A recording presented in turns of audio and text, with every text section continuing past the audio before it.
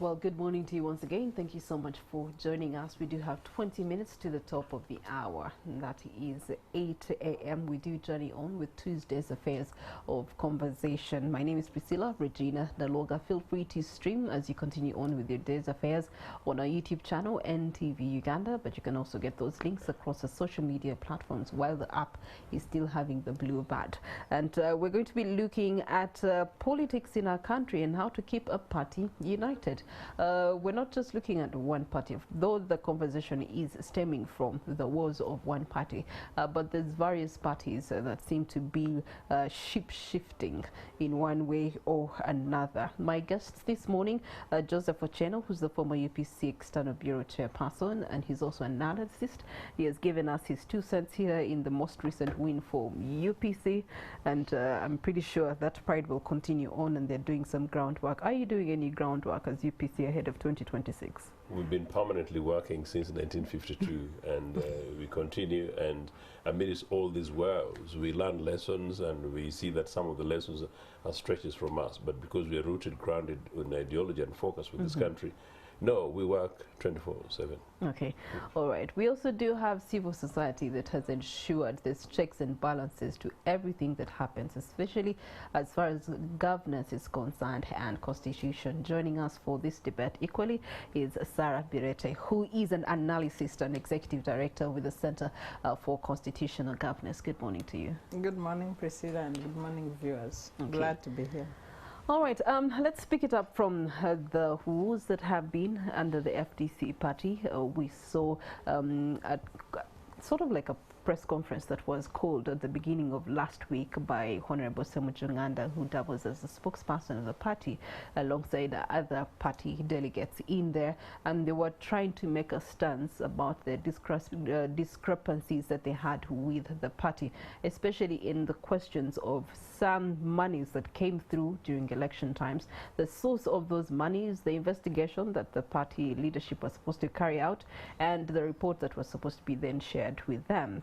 That later led into the party president coming out, making his own press conference, sharing his statements. You do have office number 6 at Katonga also coming out and making his statements. And so there's been statement after statement. Thereafter, the worst thing that you'd want to see in Ugandan politics at such a time as this, our whole ambassador having to jump a fence to get freedom from the party headquarters in Najjanankumbi, and that is Birigwa. It's such a dismay what we are seeing in the FDC, but I'd like to pick the minds of my pundits this morning, the assessment of the situation where it stands so far. Let me start with you, Sarah.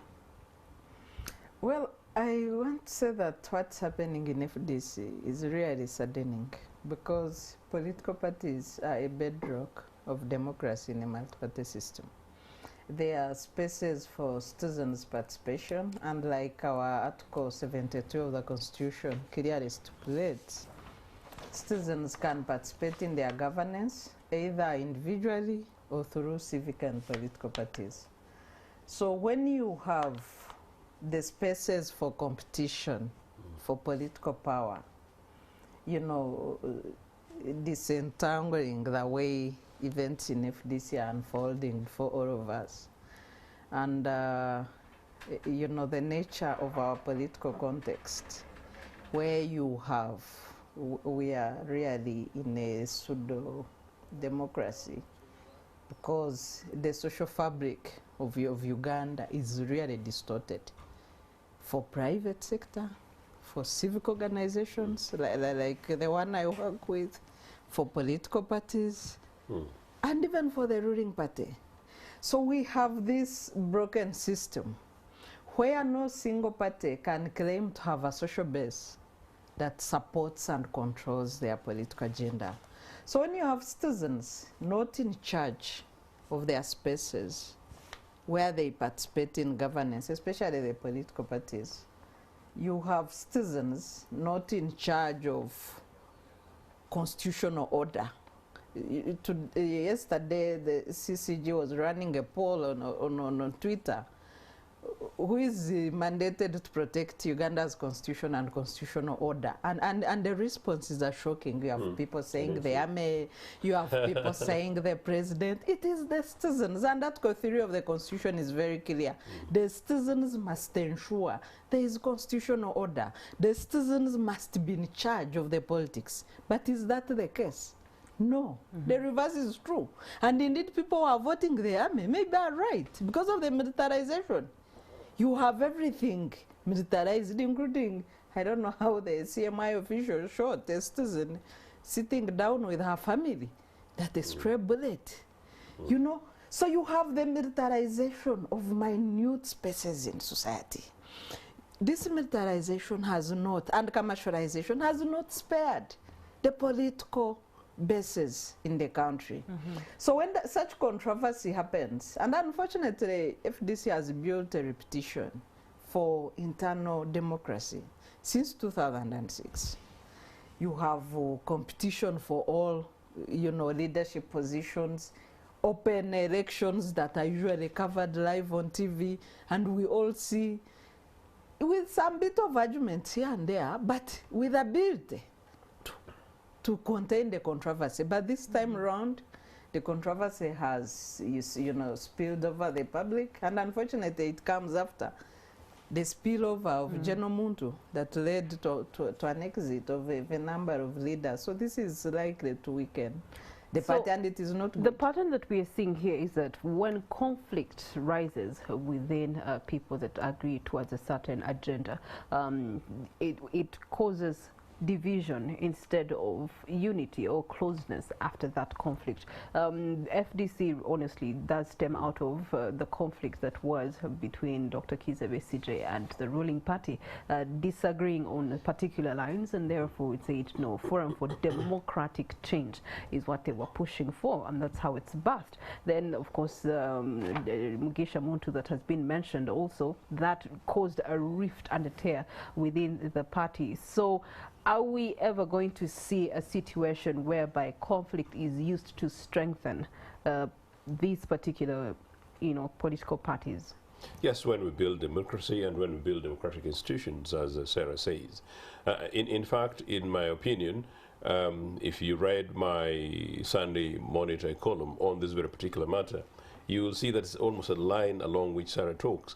I will use the UPC element to emphasize the missing link in the FDC, and part of one of the complications why it's slightly much more towards parting ways. The basis should really be about ideology. If there is an ideological coherence, number one, and then two, if at the heart of the whole thing is the people and constitutionalism, you'll sort it out. UPC emerged out of a difference between ideological schools in the Uganda National Congress, leading to 1958-59 split and of Uganda National Congress. The first president, Ignatius Musazi, was expelled by the delegates conference. Delegates expelled Ignatius Musazi, elected Obote in absentia. Obote came and Obote said, well, I'm not just going to assume the position of president, but I'll have to check with my president, Ignatius Musazi. Musazi concedes that, yes, I have been expelled, you know, since you've been elected. Granted, that is something which is not talked about. 1959. 1960, of course, UPC re-emerges, I mean, as a working of two political parties, because the core value was still about democratic socialism. So UPU and the UNC were able to come together. So that is possible. Fast forward 1964, our earliest challenges at independence was the delegates conference that elected on the one hand, a competition for Secretary General of John Kakonge versus, now I forget his name, and unusually, our then Secretary General. And then in that, the Secretary General who's elected, not John Kakonge, is considered to be from the right versus Kakonge from the left. But it was ideological. People accused Obote of siding with the elected Secretary General, but Obote said, look, it was a mandate of the people, although it's not my candidate. In some of those things, if you go fast forward, some of our more recent conflicts, if it is about political institutions and systems that exist, it is fine. In FDC's case, it would appear that the divisions, although we have a strong man in Kizza Besigye who helped found these political organizations, partly because of the NRA ban on political parties and politics by the time Besigye came in to found FDC, we now had personal merit polity backed by politics of money. It's not surprising that it would appear that by the time we now reach a situation in which we are, the big main personalities, and at the core is not ideology or broader big interests, but personalities. Someone was asking me last night that where does Besigye come into this? So is it a founder's syndrome? Is it a big one-man person who's not willing to let go?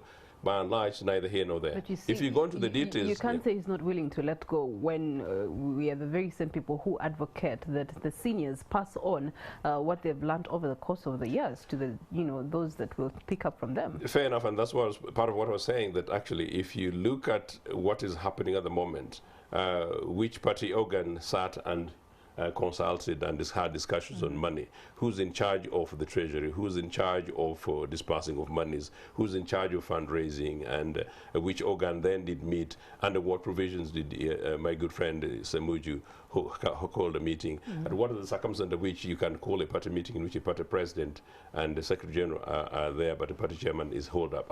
I gave the water example, meaning that, well, if delegates, grassroots members are able to participate, if party constitutions and party rules are able to be followed, if those were the systems, and if the focus was about the bigger value, one would have known the source of money, and if the money is confidential and understandably confidential, there would have been consensus. But here is money, here is personalities, and at the heart is less about the bigger picture challenges facing this country, which is getting rid of this dictatorship and restoring constitution in this country. Okay. The reverse seems to be holding water, that these parties feel that the regime is using its sources to actually buy out some of these people. So the allegations behind the money is that it could have come from the regime that is present, and they're trying to distort FDC and break down its foundations. Well, I think that has precedent, unfortunately, in this country. You can look at what's happening. He's from a faction of UPC that doesn't believe in the alliance with NRM. DP has a faction. Yesterday, MPs were calling on Mao to exit after being officially welcomed by the president into NRM. And then the president's letter seemed to welcome an individual than a party. So we have, NRM has two tools at its disposal. One is the key to the treasury, which is money, and the other is the tools of violence, which is the military. And increasingly we see NRM, claiming it hold on to power, using the two tools, money and violence. So if you look at what's happening in UPC, with a faction of UPC saying we are in alliance with the NRM, and the other colleagues, including Joseph Ochieno here, saying no, we are not in alliance with the NRM, and there is the same seems to be happening in DP, where a few colleagues and Mao say, we have entered into a cooperation. Although I hope a signed copy was revealed in Guru. I am yet to see a signed copy of that cooperation. The public stopped at a draft. So you say we are in a cooperation as a party, and you have your members of parliament, and the NEC and other members saying, no, we are not part of this thing. So as a result, you see a breakup and fragmentation of this party, where the only victor is the ruling party, the NRM. It's the only party that can celebrate the demise of these opposition parties.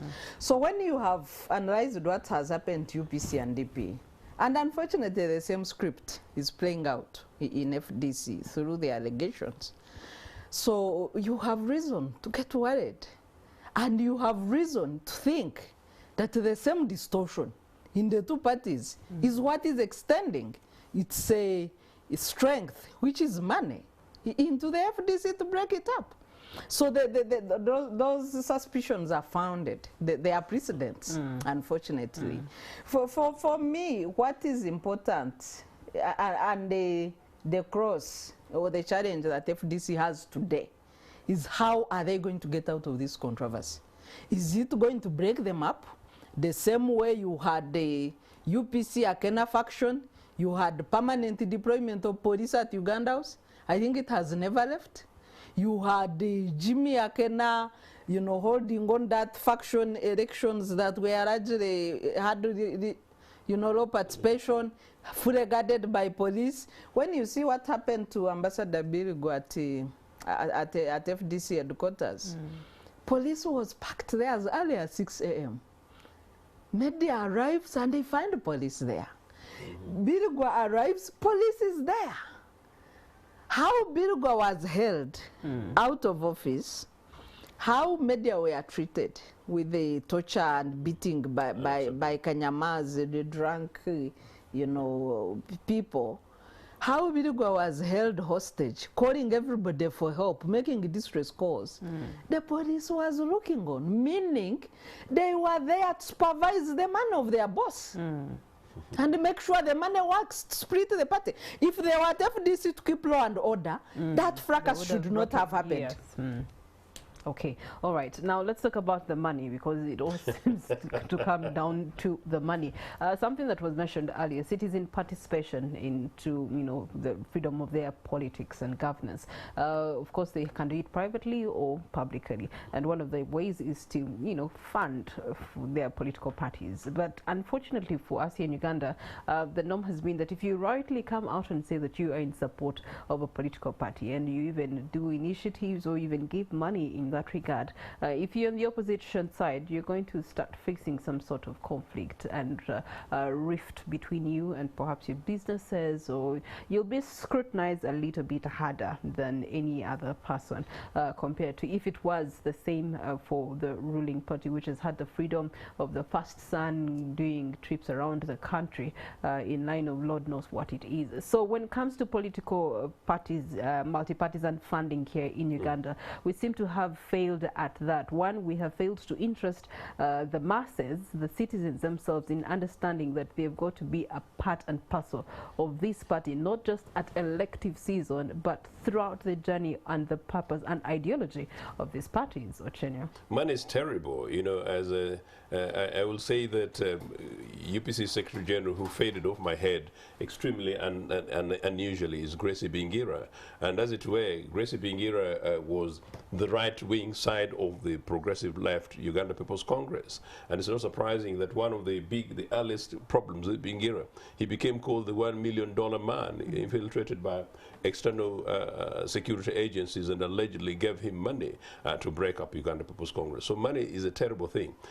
One of the reasons why Uganda People's Congress survived Ibingira was, as I said, because we are rooted on ideology, and at the time our systems and structures worked. At the moment it's getting rather harder. Now fast forward to where we are at the moment. If it were the case that you had a political party where the delegates, the members are in charge, you call an emergency delegates conference, people will come on merit. I have the relative advantage of experience of political parties beyond here, including membership and involvement. I don't know some of the things that was happening in FD, some of the things that happens in UPC that would be acceptable, be beyond the bounds, some places beyond the boundaries of Uganda. But so that's the problem. NRA takes net responsibility. These guys broke up political parties, and as I said, by the 20th year when we compelled them to open up, political parties' system structures had broken up, and like Sarah says, people now think it's almost a privilege for a party leader to call a meeting. But just to, again to re-clarify, as I said, Jim McKenna was ruled not a leader of the party in 2020 by a court of appeal. That has never been challenged. But because Jim enjoys a privilege of a relationship with Museveni, yeah, protection of the state. Nobody can hardly do anything. He walks into state in Uganda House. And like I must say also, one of the earliest difficulties I had with my colleagues in Uganda People's Congress was the manner in which Olaro Tundu was pushed out of Uganda House.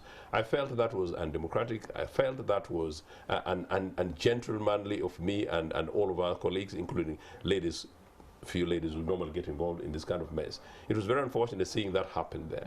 When we enter politics of thuggery, then we're entering a situation in which it's about life and death kind of stuff. And you keep on asking, I was asking my NRA colleagues in 2011 when they're busy beating each other, Fox Odoy of Museveni and William Okecho of Museveni, using young little goons to beat and threaten lives of others simply because they want to get the NRA ticket for a parliamentary seat.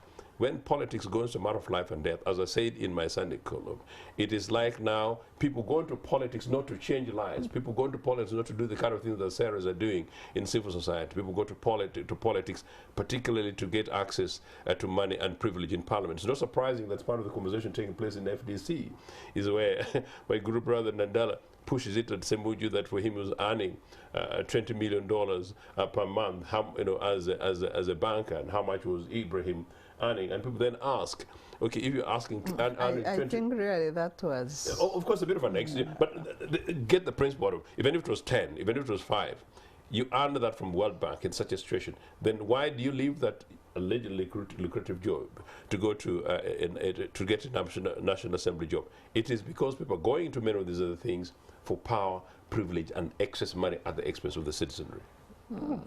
Money is the root cause of all evil. But let's do a compare and contrast. When you did have Dr. Kizza Besigye running as the party flag bearer, he was getting a lot of money and a lot of support. No one ever questioned that. It was all about ideology. However, things seem to have flipped ever since he left the party.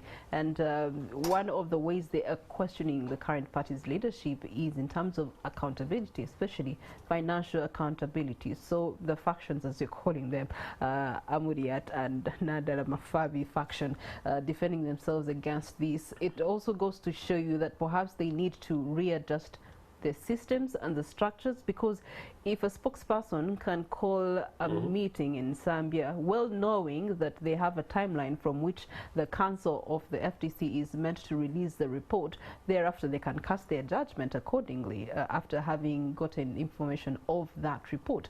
But they choose to do it earlier. It really shows you that they either not trusting the systems or the structures, or the systems and structures actually need revision post Dr. Kizza Besigye, Sarah. Well, I haven't had the privilege of seeing the FDC's fundraising strategy. Generally, political parties should have a fundraising strategy that states possible sources of funds and prohibited sources of funds. Because the first argument is an allegation of evil money. How do you get money from Museveni, whom we are trying to overthrow? You know, that's the argument. Yeah. So if FDC had put it clearly down in their fundraising strategy that we are prohibited from getting money from the NRM as a party or from the President Museveni, then you would say so and so went against our laws. So I don't know whether such a thing exists within the party. Having said that, if you get funding, I saw the response of the FDC party president, Honorable Muriat, saying that we could not disclose the sources. I think that was dishonesty. Because even when the source of funding wants to remain anonymous, you disclose to a few people, and then you capture it in your official reports as anonymous. So you cannot say that we could not tell anyone. It is only us who knows. That makes it more suspicious. There must be a certain leadership in a party that should know. And then to the rest of the public, the source is not disclosed. So that was really a bit of, you know, evidence of dishonesty on their part. The issue of, you know, the personal attacks, I think for me that was the most unfortunate and a bit disgusting. Because if you say Honorable Sembuju went to observe elections, I was with him in Nairobi to observe elections. That is taxpayers' money that he's receiving to do his work. If you attack on the Lord Mayor Elias Lukwago for having got his compensation for the time he was mistreated at KCCA, a court award That is really, that was a bit childish, I'm sorry to say. And I wish to encourage the, you know, enjoying the FDC leaders to move away from personal attacks and stay with the substance and try to find the means of resolving it. Okay, all right. Let's talk about the possible and prohibited sources with your experience in UPC. What are those sources that are considered possible sources of funding, the activities, fundraising for these parties, and which ones fall under the category of prohibited? Now, I'll give experiences beyond UPC for the benefit of Ugandans.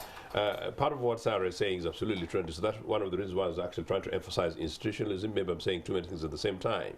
That really in a political party with a formal constitution where systems are in place and respected, where leadership is in place and is respected, who calls party meetings, for example, you know, who basically calls party meetings. I have been a branch chairman of the Labour Party and the constituency chairman and a member of the big executive of the Labour Party. I normally use this deliberately to bring issues back here, including the old UPC normal times. That these things are good when they work, and we should be able to push ourselves to make sure that systems and institutions that work. When I was head of the UK External Bureau in the UK, I was telling another network the other day, Sarah, you know, I had a bureau secretary who sometimes want to skip sending out notices. We knew, let me just emphasize this point, we knew that we met first Sunday of the month, mostly in my place, unless it was elsewhere. But we had terms of reference, including notifications for meetings, in writing. We made sure we did that. And whenever it was not happening, I normally used to intervene and interject to do so. Why? We wanted to keep to the basic rules of things. So if it's at that level, why? What about a political party allegedly at one stage waiting to govern? So back to the question of sources of funding generally. Political parties should naturally usually get their basic monies from subscription from members. They should get monies from non-legitimate supporters. There will be supporters of parties who don't pick party cards, but they're lifelong supporters and voters of those political parties. Parties can do organized fundraising, and we do all those as a matter of formalities. Parties can have privileged property like Uganda People's Congress, about which we are proud, but sometimes it's a pain in the neck because it seems to be sources for people pushing for monies and things like that. Parties will have friends. The party will have sister parties like UPC and others. And parties will have donors, you know, legitimate donors in this case, who are ethical and open. And parties will have, and again I will use the Labour Party, and for which I was an official again at the Midland, there are people who are lifelong members, but you never see them in meetings, but they'll do everything. Yeah. Then there are people who are lifelong supporters, they're not members, and they will be party funders, and they're known, and they'll come and participate in events. And then there are people who once in a while will come in anonymous, and then Sarah said there'll be criteria. Is it dirty money from oil? Is it dirty money from mafias? Is it dirty blood money from particular individuals?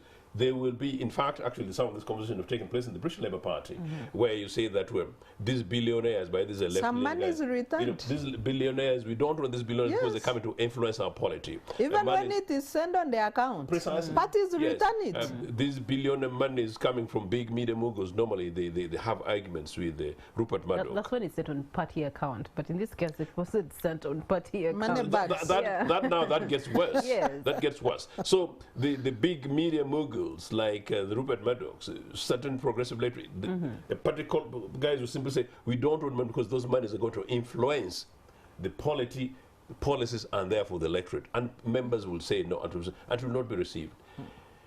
Beyond that, the core point is this.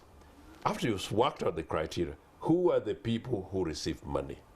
And as I said, in most of these political parties, and the UPC in which I will be a leader in future, you get dirty money, you get held to account either to the police, or you get dismissed, or you get disciplinary processes. As like we hinted, in a situation in which we have a big party, but we don't know who calls a major national meeting. It's not surprising, as I said, part of the mess we're seeing here. But of course, on the other hand, quickly, we have also issues with a broken system, partly because the police serve certain individuals, and so do the courts. When you have a situation in which somebody has been clearly said they're not leader, they come and then you give them all the powers and give them access. What is it? Final point. I think Ugandans need to wake up to the reality that whatever money, as Sarah suggested, insinuated in fact, that comes from Mr. Museveni is public money. Yeah. I argued substantially in the UPC's case. There was a time where some of the arguments were made that, oh, the government rehabilitated Milton Obote's home in Kololo. I was one of the earliest people to organize journalists in 2005 to go and take them to show them to Milton Obote's modest private home in Kololo, how it had been used and wrapped by, without prejudice, NRA for over a period of time. We blackmailed, I was the lead person to blackmail NRA to rehabilitate Dr. Obote's home and compensate him. That compensation should not compromise. That's one of the that's taxpayers' money. That's taxpayers' money. Yeah. But on the other hand, it should not compromise some, oh yeah, it's repaired our house, because I know it has influenced certain funny individuals because they want a few extras. No, it shouldn't. Taxpayers' money shouldn't be that. And finally, actually, Sarah, I have a review thought that this business of the state financing political parties should be reviewed, meaning that political parties worth of names, I think, unless maybe we have changed our mindset. But how are you going to review it when it's not even accounted for in the first place, and how it's actually dispensed? The political party funding. I'm beginning to think about it, Sarah, because actually many people see that as part of, you know, a lock-on on political parties, which is becoming, although the original idea was to embed democracy, to push democracy, it seems to be now part of statutory blackmail. No. People vulgarize that funding. Let me find out from you, Sarah. In light of funding, I wanted to find out what are the alternatives and ways of localizing funding to, you know, political activism. The reason I'm asking this is that most recently, of course, there's been funding that has been coming in from foreign firms funding some of these political parties, and the government decided, how about we have these funds up and leave our country so that they don't have to directly put in money in the different other opposition political parties. Of course, that took in civil society and the work that you do. So that means that you've had to find alternative sources of funding, which begs the question, how do we localize funding for a continued effort towards good governance? Let me first start with the political party funding building, and then I come with a general, you know, fundraising strategies that are good for our country. If you go under Section 14 of the Political Parties and Organizations Act, the funding parties based on numerical strength in Parliament, but also there is Clause B, which is always ignored. The equal funding for parties contesting for elections, it has not yet been operationalized. NRM is still manipulating that, using numerical strength to take most of the money, and in connivance with the Electoral Commission, of course. And people should prevail on the Electoral Commission to stop vulgarizing political party funding laws. If the law says during elections there will be equal funding for all parties. Is brought to you by I continue. Yeah, if the law says during elections there will be equal funding for political parties competing in elections, why isn't Electoral Commission implementing that? And why do they stick to the Part A of the law on numerical strength during elections? So parties need to petition that and maybe drag Electoral Commission to court for vulgarizing that section of the law. But when it comes to general funding for democracy, and I think that is not evil money. The political, I know. That money was vulgarized when Noop expressed reservations on iPod. And one of the political party leaders then said, why are you receiving iPod money? Political party funding money based on numerical strength in Parliament is not iPod money. So that was part of the vulgarization that has created. And the other side was not able to respond. No, but you see, you don't, when you are on a journey, you don't turn to chase every dog that is throwing a stone at you. So some of these battles, you leave them. You expect that Ugandans should read the law and understand. First of all, iPod is not, was regularized through an MOU. It is not part of our laws. So when a party says, I'm not comfortable participating in this, it's their right. And then vulgarizing money from a consolidated fund as iPod money, an iPod which is formed through an MOU, that was very wrong, and a big dishonesty on the part of the political party leader that did that. When you go to general funding for democracy, The people are the biggest funders of their work, Yeah. be it in civil society, be it in political parties. You know, many people have this illusion that civil society has a lot of money. They don't even know that you might find that half of the work, the promoters of that particular organization are the funders. Through their time, through their commitment, plus the time they volunteer with no funding. Yes. So people don't know the inside happenings of civil society, and they have this distorted, you know, image. And I'm sure the same applies to parties. The limitation on fundraising for political parties to say you can only get 200 million from a particular funder is really, you know, it's a fraud. Because let me tell you, any political party, you will have one or two funders. You will not have a cocktail of funders to say, maybe they should say an individual, but not an institution. If you are friends with a party in Europe and they help you with fundraising, maybe you have one. And then they should be able to give you, to say 1 billion, but if you limit it to 200 million, that is affecting. So part of the limitations for political party fundraising is entrenched within the laws, and there is need for review. But the general, you know, politic in the country to say that this is foreign money, it is here for regime change, and the vulgarization of people who seek change. First of all, there's nothing wrong with some Ugandans wanting change. There's nothing wrong with it. Even Mr. Museveni's son wants change. Yes. Imagine, he wants change. Although he's doing it illegally in an army uniform. So there's nothing wrong with any citizen working for change, or who does not support NRM. It is not a crime. So even vulgarizing people to say they are working for change, what is wrong with working for change? For you, you took up arms to fight for change.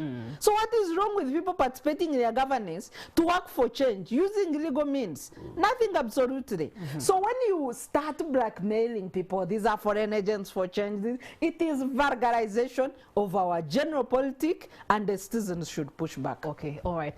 UPC has been here before, and of course you took some strides in ensuring that it does not kill the party, and you still exist to that. What advice would you give to FDC among other parties that might be going through this entrenchment? They should revisit their constitution, and they should revisit their rules, and they should revisit their core founding objects, and they should revisit the reality of the fact that Ugandans have already invested substantially in them in the last over 20 years with hope and expectations. And if they did that, and particularly as Sarah seemed to hint, that many of these comrades at arms at one stage, that there is no major single matter that cannot be resolved as a matter of political difference, as it were.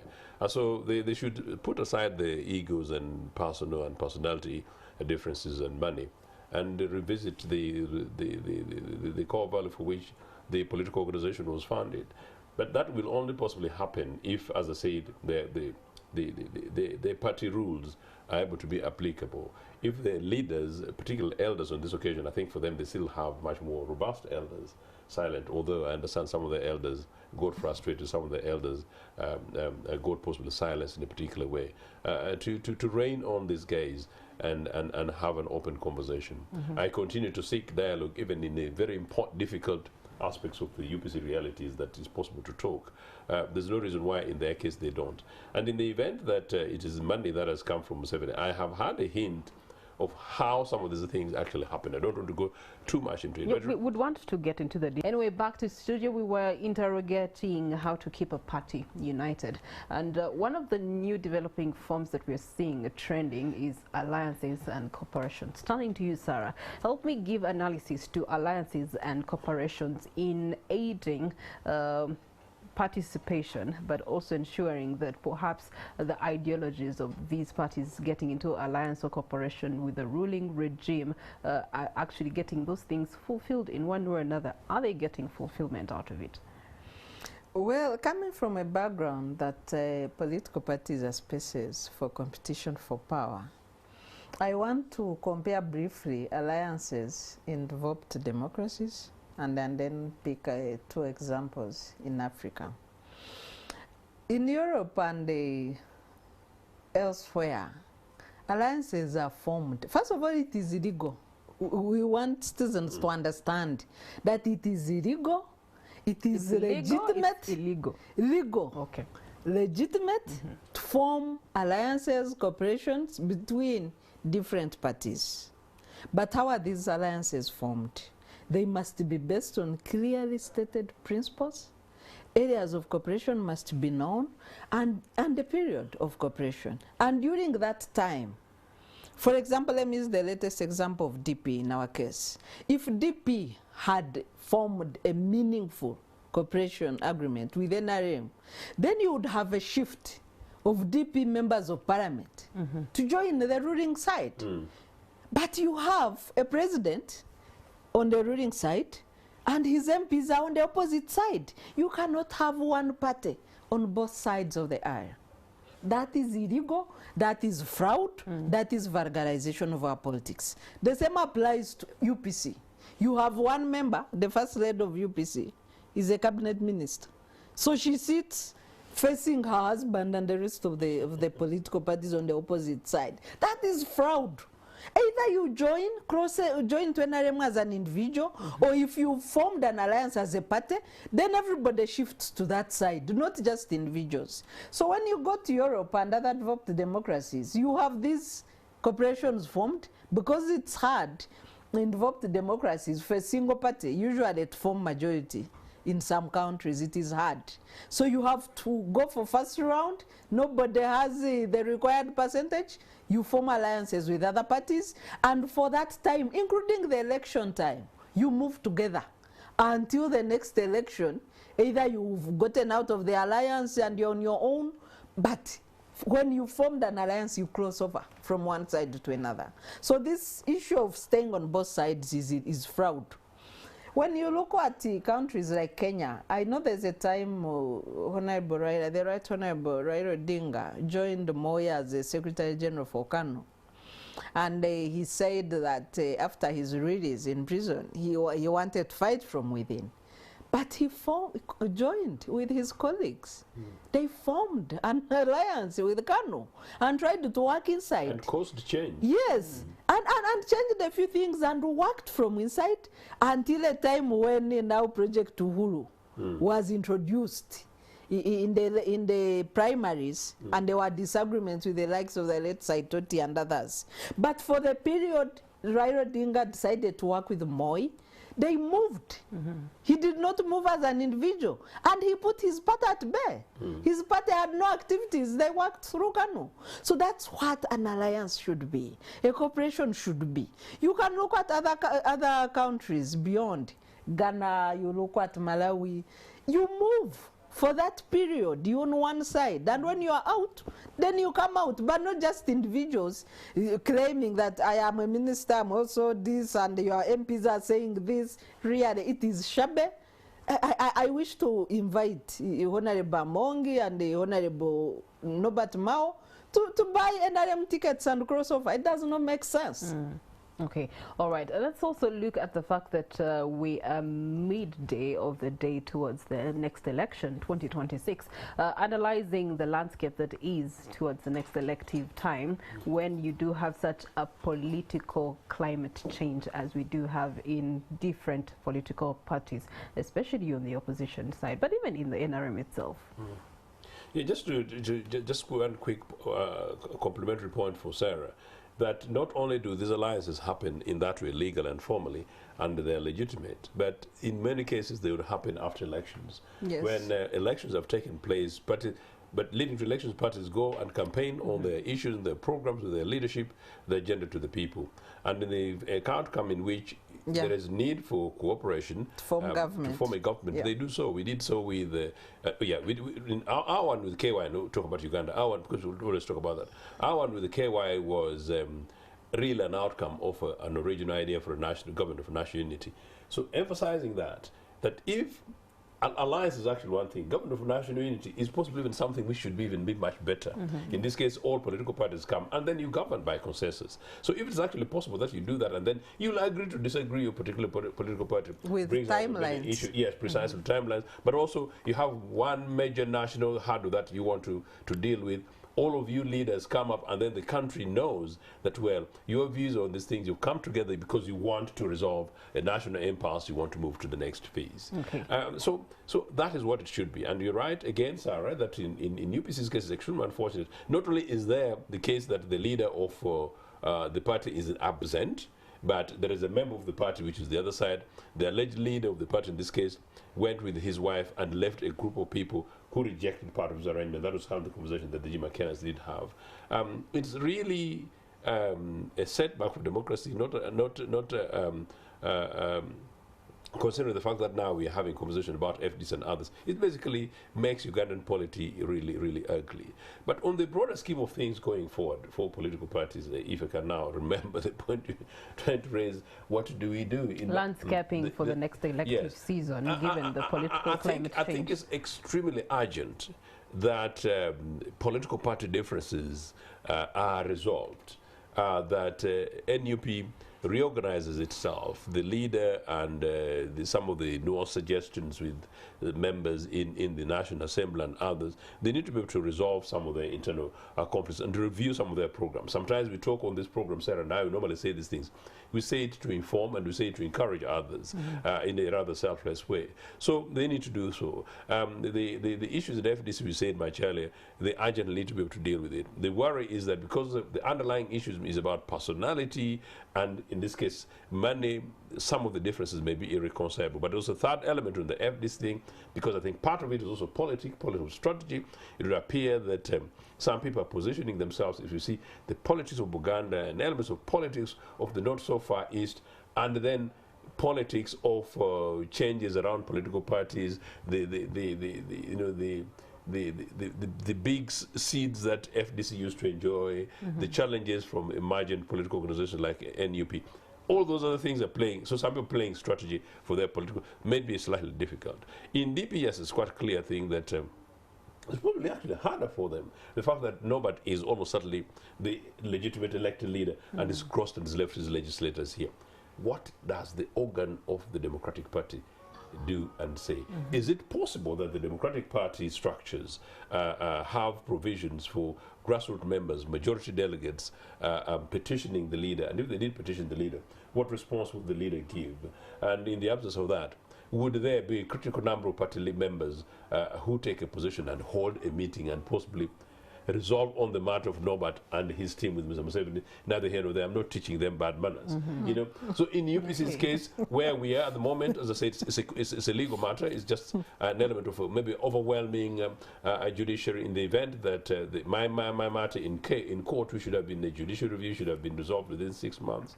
It's taken 2 years. In the likely event that that is resolved in appropriate in my favor, we shall have a leader, and if it's resolved also in my favor, we shall resolve the question of Jim McKenna, who's parading himself because of us for a duty for a permanent injunction against him. I hope that resolves that, and then we're able to call. How will you enforce, given that the courts ruled it before? We will. This is my hope and expectation, because here we're trying to talk hope and expectation, that we hope common sense prevails and we go to the membership and everybody sees what it is. Once that is done, then you're able to resolve that element of that. Okay. Which one is the other major political party? ANT, neither here nor there. ANT is sort of, in terms of political position, they're sort of the safer ones, the better ones at the moment. Okay. Although, of course, we hear murmurs about, this building structures. So what is the remedy that you have for FDC's wars right now? I have just suggested that the best FDC needs to do, they need to look inward and to resolve that they need to deal with the key outstanding issues. And I think there are more than 3, but they need to put it on the table and talk frankly and openly. It is possible, very unfortunately, it's possible that some of the differences may be irreconcilable and people might take moves. People might move to NUP, but possibly, and other political parties, those ones who are founding members of UPC are welcome to come back. But I don't want to push that, because I'm trying to say that, well, these guys need to reconcile themselves and come together. Okay. So that we come together solidly as Ugandan opposition, including guys in NRM, to show that democracy is possible both internally and as a nation state. All right. Sarah, in your conclusive remarks, you earlier mentioned the controversy that is in the FDC. How do we put it to bed? How do you recommend it's put to bed? Well, amidst the quarrels that unfolded to the public, there was an attempt to hold ghost elections, ghost grassroots elections, which was very unfortunate. Because as a leader, if you have people in your party saying, wait a minute, I mean, really, how can two individuals say, and the lines are clearly drawn. The chairman who came in to provide a neutral argument, you know, was held hostage. A sense of leadership. By the two, which was very unfortunate, because I think he had no sides, and I still think he has no sides. So I hope that the National Council, which is due to sit next week, or this week, will be able to call the members to set order, and the common sense will prevail. FDC has another opportunity if that step fails. The national conference can only be called by the chair. So the people who were claiming to call the grassroots elections have no mandate to cause the national delegates conference to happen. So I hope that before the National Delegates Conference happens, they will have solved their issues. If, unfortunately, it gets to that level, then we are likely to see a UPC. In their case, is that is it the president or the chairman who calls for the delegates conference? The chairman. The chairman. Because the president's tenure, their constitution has some room for sanity. Because the party's delegates' tenure will be ending and will be up for renewal, so he cannot convene. So the chair is the one who can convene the delegates conference. They have that legal. Actually, there's a clear route. Yes, they have a clear route constitutionally to resolve the standoff, which is very unfortunate. I hope that they put their house in order. But even when it fails, my message to the citizens is opposition in Uganda is not just in political parties. It is the people that want change, and the leadership will always emerge. So if FDC fails to resolve their controversies, a new leadership will emerge. Okay. All right. Well, thank you so much. And on that matter, a new thing is going to emerge here on Morning at NTV. We would like to have something special celebrating Sarah Birete, celebrating added a year to herself. And so, happy birthday to you. We wanted to grant you a slice of a cake here and sing for you that song. But since I can't sing you, I will hire Palazzo to sing it for you. So happy birthday to you. I'm so humble. Thank you so NTV much for always making time for us here in Morning at NTV, but society at large says thank you so much for your wisdom, your insights on the subject matters. You've always phenomenal. But you as a person, you are a great person. You are an influential person, and young ladies like myself are so proud to associate with you. So happy birthday.